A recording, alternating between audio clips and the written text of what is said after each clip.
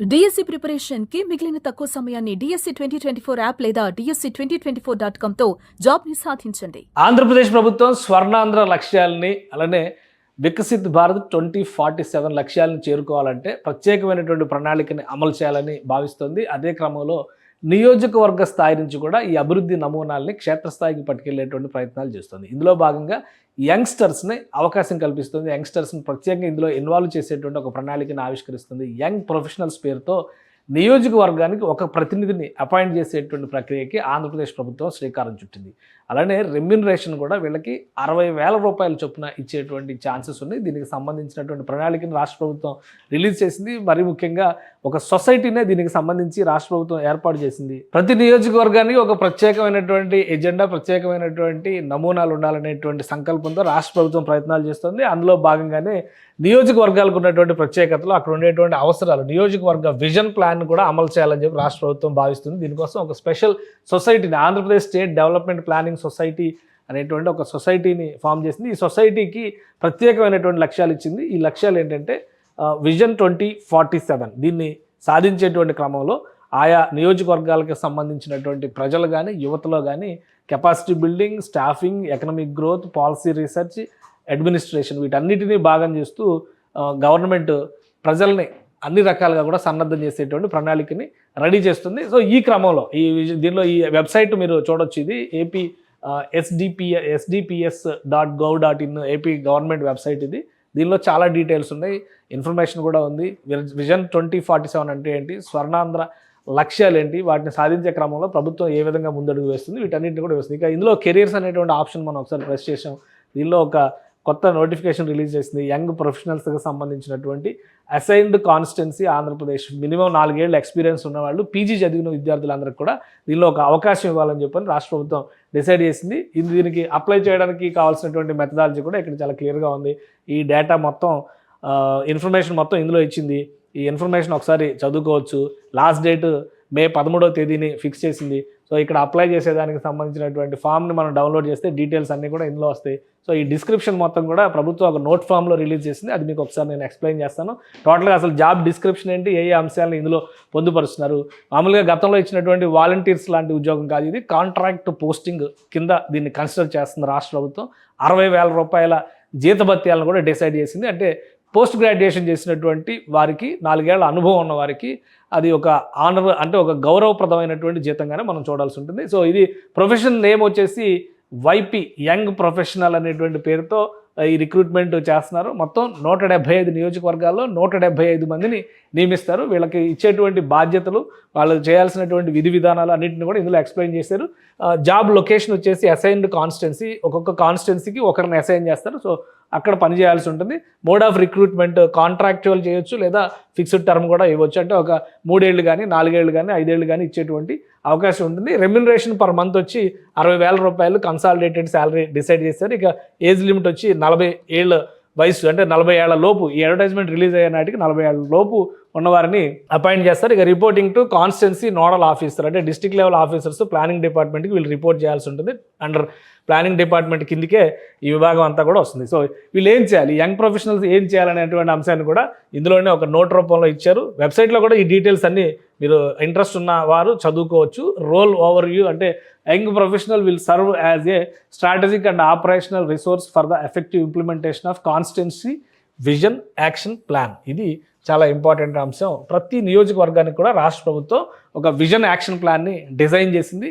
ఆయా నియోజకవర్గాల్లో ఉన్నటువంటి బలాలు, బలహీనతలు, అంటే అక్కడ సాంస్కృతికంగా కానీ, వారసత్వంగా కానీ, వృత్తిపరంగా ఉన్నటువంటి నైపుణ్యాలని ఎంపిక చేసి వాటిని బయట ప్రపంచానికి తెలియజెప్పే విధంగా ఎలాంటి నమూనాలను డిజైన్ చేయాలనేది ఒకటి. అలానే అభివృద్ధికి సంబంధించినటువంటి అంశాలు, గ్రామాల అభివృద్ధి కావచ్చు, పట్టణ ప్రాంతాలకు సంబంధించినటువంటి వనరులు, వసతులు, వీటన్నిటిపైన కూడా ఒక విజన్ ప్లాన్ని, యాక్షన్ ప్లాన్ని రాష్ట్ర ప్రభుత్వం రూపొందించింది. దీన్ని ఇంప్లిమెంట్ చేసేది under Swarna Andhra vision 2047. The YP will also act as the P4, అంటే ఇప్పుడు పబ్లిక్ ప్రైవేట్ పార్ట్నర్షిప్ అని చెప్పని ఒక కాన్సెప్ట్ని రాష్ట్ర ప్రభుత్వం తీసుకుంది. దీని గురించి చాలా చర్చ జరుగుతుంది. రాష్ట్ర ప్రభుత్వం ఈ ప్రోగ్రాం ప్రారంభించిన తర్వాత చాలామంది యువత, ముఖ్యంగా చదువుకుంటున్న వాళ్ళు, పేద వర్గాలకు చెందినటువంటి యువత కుటుంబాలు ఈ సాయం కోరుతున్నారు. మాకు ఎవరైనా సాయం చేస్తే మా పిల్లల్ని మరింత పురోగతిలోకి తీసుకొస్తామనేటువంటి విజ్ఞప్తి చేస్తున్నారు. కాబట్టి ఈ P4 కోఆర్డినేటర్గా కూడా ఫర్ ద అసైన్డ్ కాన్స్టిట్యున్సీ. ఏ కాన్స్టిట్యున్సీకి అయితే ఇస్తే P4 కోఆర్డినేటర్గా కూడా వీళ్ళు పనిచేయాల్సి ఉంటుంది. Facilitating convergence among citizens, government and private stakeholders. The role demands a dynamic, field ready and mission driven professional committed to grass root development and inclusive governance. So inclusive governance ఇది మొత్తం మీద ఒక సమ్మిళిత అభివృద్ధి సాధనలో భాగంగా ఉత్సాహం కలిగినటువంటి యువకులు ఇందులో పనిచేస్తే రాష్ట్ర అభివృద్ధి, ఆయా నియోజకవర్గాల స్వావలంబన దిశగా అడుగులు వేయడానికి ఉపయోగపడుతుంది. ఆ ఎంతూజియాజం ఉన్నటువంటి యూత్ని ఇన్వైట్ చేస్తుంది రాష్ట్ర ప్రభుత్వం. ఇక ఇందులో కీ రెస్పాన్సిబిలిటీస్ కూడా ఒకసారి చూద్దాం. Strategic planning and implementation, lead and support, preparation, enhancement, execution of constituency, మొత్తం అంతా కూడా ఈ విజన్ యాక్షన్ ప్లాన్ ఏదైతే కాన్స్టిట్యున్సీ విజన్ యాక్షన్ ప్లాన్ అని చెప్పి రాష్ట్ర ప్రభుత్వం డిజైన్ చేసిందో దాన్ని అమలు చేయడంలో ఒక క్రియాశీలమైనటువంటి, అంటే ప్రభుత్వానికి ఈ ప్రజలకి మధ్య ఒక క్రియాశీలమైనటువంటి వ్యవస్థగా పనిచేయాల్సినటువంటి అవసరం ఉంటుంది. దీనిలో వచ్చేవాళ్ళు ఇక P4కి సంబంధించినటువంటి అంశాలు కూడా P4 log book, report, engagement period ఎలా మెయింటైన్ చేయాలి, అలానే కాన్స్టిట్యున్సీ లెవెల్లో mobilising, coordinating, partnership with philanthropic organisations, ఆయా ప్రాంతాల్లో ఉన్నటువంటి స్వచ్ఛంద సంస్థలు, NGOలు, ప్రైవేట్ సెక్టర్ ఎంటిటీస్ని, సివిల్ సొసైటీస్ని ఏ విధంగా కనెక్ట్ చేయాలి, ఇవన్నీ కూడా ఇందులో రోల్ అండ్ రెస్పాన్సిబిలిటీలో ఉంటుంది. ఇక డేటా డ్రివెన్ పాలసీ సపోర్ట్, ఇది కూడా ఆయా ప్రాంతాలకు సంబంధించినటువంటి సమాచారాన్ని సేకరించడం, వాటిని కీ పెర్ఫార్మెన్స్ ఇండికేటర్స్ రూపంలో ప్రభుత్వానికి నివేదించడం, స్టేట్ విజన్కి తగ్గట్టుగా వాటిని కన్వర్జెన్స్ చేయడం, stake holders engagement, public participation, project execution. So ఇవన్నీ కూడా దీనిలో ఈ ప్రాజెక్ట్లో భాగంగా వచ్చేటువంటి ప్రైమరీ సెక్టర్ అంటే సపోర్ట్, ఇంప్లిమెంట్, యాక్షన్ ప్రాజెక్ట్స్ అంటే ఇటువంటి ఏరియాస్ మీద ఎక్కువ ఫోకస్ చేయాల్సి ఉంటుంది. ఎందుకంటే ప్రైమరీ సెక్టర్ అంటే agriculture, fisheries, irrigation, animal husbandry, ఇవన్నీ గ్రామీణ అభివృద్ధికి సంబంధించినటువంటి కీలకమైన రంగాలుగా మనం చూడాల్సి ఉంటుంది. అలానే ఇండస్ట్రీలో చూస్తే కనుక MSME, food processing, cluster based development, ఒక్కొక్క ఏరియాలో ఒక స్పెషాలిటీ ఉంటుంది. దాని డెవలప్మెంట్కి సంబంధించినటువంటి ప్రణాళికలు, సర్వీసెస్ అంటే skilling, education, tourism and digital infrastructure.